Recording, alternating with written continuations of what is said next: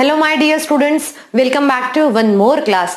आज की इस क्लास में हम स्टार्ट करने वाले हैं topic common ion effect. So student, chemical equilibrium हम क्लास 11 का ये टॉपिक स्टार्ट कर चुके हैं और इस टॉपिक में हम वन बाय वन हर एक कॉन्सेप्ट को अच्छे से समझ रहे हैं। आई होप आप सभी ने प्रीवियस वीडियो ध्यान से देखे हैं और उनको समझा भी है। तो आज के इस क्लास में हम स्टार्ट करने वाले हैं common ion effect. So student, common ion effect हम सबसे पहले समझते हैं कि ये होता क्या है।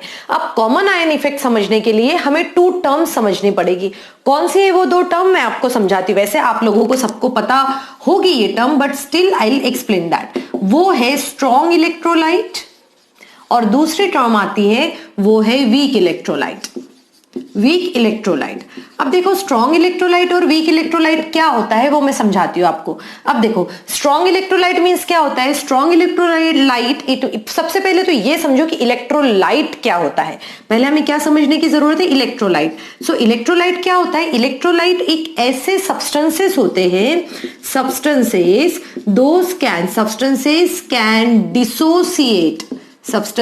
Can dissociate into ions. जो सब्सटेंस आयंस में कन्वर्ट हो जाते हैं उन्हें कहा जाता है इलेक्ट्रोलाइट। जैसे कि मैं NaCl का एग्जांपल लूं तो NaCl क्या होगा, अपने आप को डिसोसिएट करेगा Na पॉजिटिव में और Cl नेगेटिव में। बट अगर मैंने ग्लूकोज लिया C6H12O6 तो ग्लूकोज अपने आप को डिसोसिएट नहीं करता, और वो अपने आप को डिसोसिएट नहीं करता है और इसीलिए उसको हम इलेक्ट्रोलाइट नहीं कहेंगे, हम उसको कहेंगे नॉन इलेक्ट्रोलाइट, क्योंकि वो अपने आप को डिसोसिएट नहीं करता। बट अभी हमने देखा कि इलेक्ट्रोलाइट मींस क्या हुआ, ऐसे सब्सटेंसेस जो अपने आप को डिसोसिएट करते हैं आयंस में। तो electrolyte, I hope electrolyte concept समझ में आ गया। अब अगर कोई सब्सटेंस अपने आप को आयंस में कन्वर्ट कर रहा है तो यहां पर हम अभी ये स्टडी करेंगे कि अगर कोई आयंस में कन्वर्ट कर रहा है तो वो किस तरीके से करेगा। जैसे अगर स्ट्रॉन्ग है, वीक इलेक्ट्रोलाइट है, अब इसका क्या होगा, कम आयंस करेगा या फिर ज्यादा आयंस करेगा। इसी बेसिस पे इलेक्ट्रोलाइट्स को क्लासिफाई किया गया है टू पार्ट्स में। फर्स्ट स्ट्रॉन्ग इलेक्ट्रोलाइट और दूसरा कर कह दिया इन्होंने वीक इलेक्ट्रोलाइट। अब देखो, स्ट्रॉन्ग इलेक्ट्रोलाइट क्या होता है।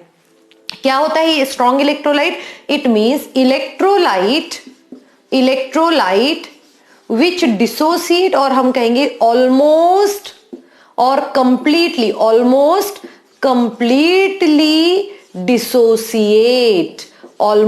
completely dissociate. What does it means? It means that अगर हम हाइपोथेटिकल सोच रहे थोड़ा सा, कि अगर मेरे पास में कोई 100 मॉलिक्यूल है, 100 मॉलिक्यूल्स है, if I am having the 100 molecules of strong electrolyte, तो उस स्ट्रॉन्ग इलेक्ट्रोलाइट में मुझे क्या होना चाहिए कि उसमें 100 में से कितने मॉलिक्यूल्स अपने आप को आयंस में ब्रेक कर रहे हैं। अगर 100 में से 97, 98 अगर मॉलिक्यूल्स अपने आप को आयंस में कन्वर्ट कर रहे हैं तो मैं उसे कहूंगी स्ट्रॉन्ग इलेक्ट्रोलाइट।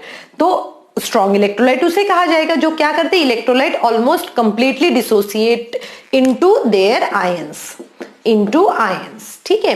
अब वीक इलेक्ट्रॉन क्या होते हैं, dissociate to a small extent,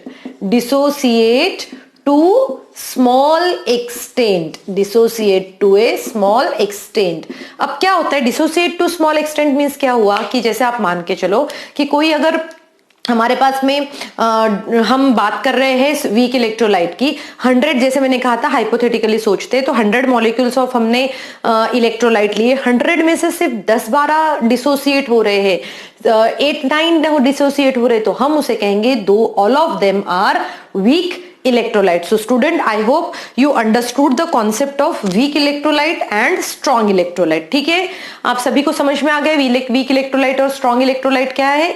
weak electrolyte means क्या होता है, वो बहुत ही कम आयंस जो है वो क्या करते हैं, डिसोसिएट करते हैं। जैसे फॉर एग्जांपल मैं क्लासरूम का दे दूंगी, 2 सेक्शन है मेरे पास में, section A, section B.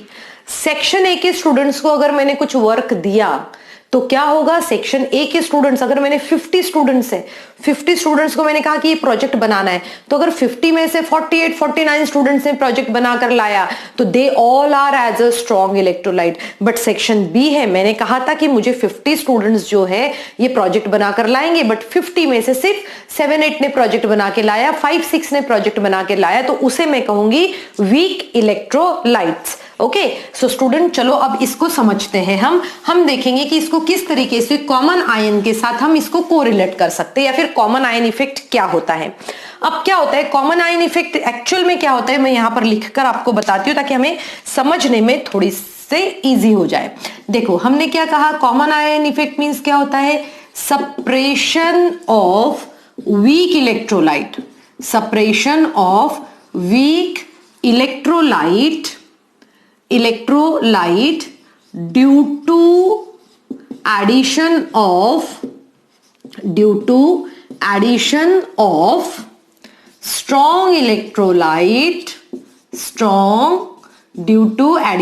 of strong electrolyte of common ion. देखो पहली बार जब आप इसका स्टेटमेंट पढ़ोगे तो आपको ये डिफिकल्ट लग सकता है, आपको ऐसा लगेगा कि ये तो कुछ भी समझ में नहीं आ रहा है, बट एक्चुअल में ऐसा नहीं। देखो मैं आपको समझाते चलती हूँ और आप उसको ध्यान से समझिए, नोट डाउन करके रखिए। क्या है ये, suppression of weak electrolyte.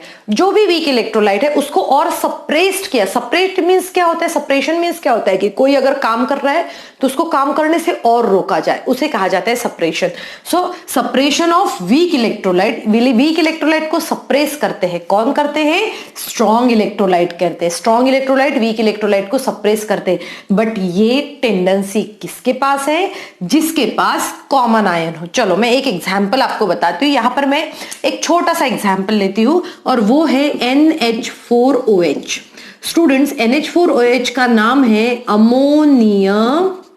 Ammonium hydroxide.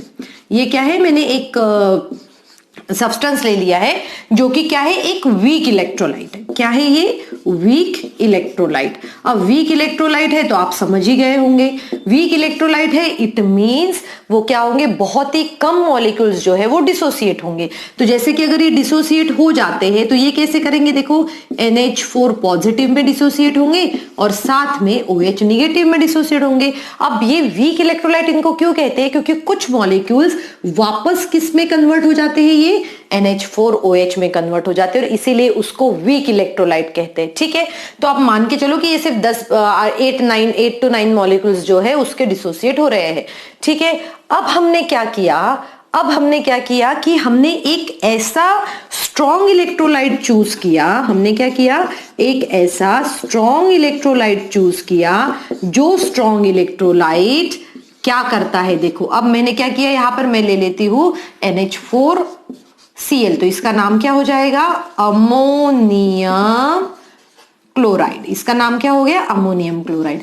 अब मैंने क्या किया, एक स्ट्रॉन्ग इलेक्ट्रोलाइट लिया जिसका नेम है अमोनियम क्लोराइड। अब अमोनियम ये है तो स्ट्रॉन्ग इलेक्ट्रोलाइट, तो इट मींस ये रिवर्सिबल रिएक्शन तो करेगा नहीं, वापस NH4OH तो बनाएगा नहीं। ये क्या करता है, पूरे के पूरे ऑलमोस्ट मॉलिक्यूल्स कन्वर्ट हो जाते हैं NH4 पॉजिटिव में और किसमें, Cl निगेटिव में। सो स्टूडेंट अगर आपने ध्यान से इसको ऑब्जर्व किया तो इन दोनों में क्या है, ये जो है ये कॉमन आयन है। क्या है इन दोनों में, ये कॉमन आयन। अब देखो, अब कॉमन आयन की वजह से क्या हो रहा है, आपने पहले NH4OH लिया था, उसमें हमने NH4Cl भी ऐड कर दिया। अब क्या होगा, प्रोडक्ट साइड पे आप देखो NH4 प्लस आयन की कॉन्सेंट्रेशन बढ़ गया। ठीक है, क्या हुआ है यहां पर, NH4 पॉजिटिव आयंस का कॉन्सेंट्रेशन बढ़ गया।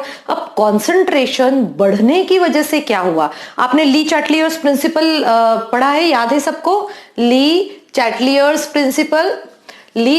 प्रिंसिपल क्या कहता है, ली चैटलियर्स प्रिंसिपल ये कहता है कि अगर कॉन्सेंट्रेशन प्रोडक्ट साइड पे अगर बढ़ जाए तो वो रिएक्शन बैकवर्ड डायरेक्शन में जाती है।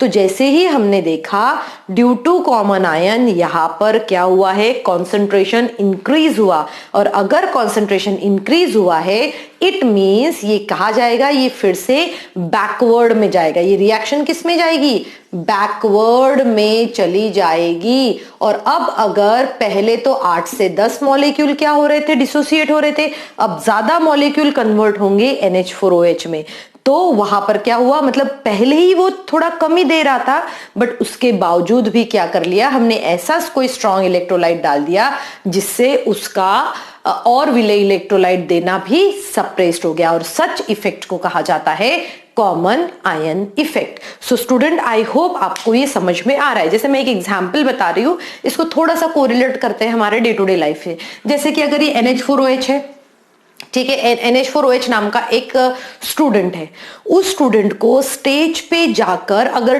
10 लाइंस भी बोलना है तो बहुत डिफिकल्ट है, बट स्टिल वो सोचता है कि चलो भाई मैं स्टेज पे जाके 10 लाइंस जो है वो मैं बोल देता हूं।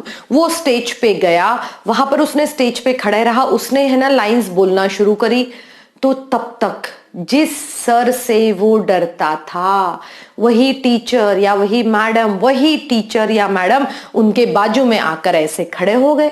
अगर वही, तो उसका डर क्या हो गया, और बढ़ गया। मतलब वो जो 4 लाइंस बोलने वाला था, वो 4 लाइंस भी पूरी तरीके से वो नहीं बोल पाया। यही होता है कॉमन आयन इफेक्ट। ये तो अब हमने टीचर और स्टूडेंट की बात करी।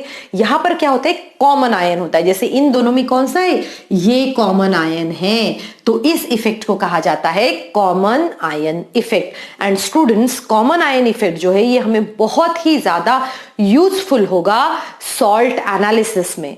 सॉल्ट एनालिसिस क्या है, ये एक प्रैक्टिकल बेस्ड कॉन्सेप्ट है, और प्रैक्टिकल बेस्ड कॉन्सेप्ट में हमें कॉमन आयन इफेक्ट की डेफिनेशन, उसके एग्जांपल्स, इसके बारे में अच्छे से पता होना चाहिए। तो इससे क्या होगा, हमें और अच्छी तरीके से ये समझ में आएगा। सो स्टूडेंट, आई होप आज की क्लास में मैंने आपको जो भी समझाया है वो अच्छे से समझ में आ गया है। सो आप सभी जो है इसके नोट्स प्रॉपरली बना के रखिए, और कुछ भी डाउट है तो मुझे आप जरूर पूछिए। I will clear your all doubts. Thank you students and have a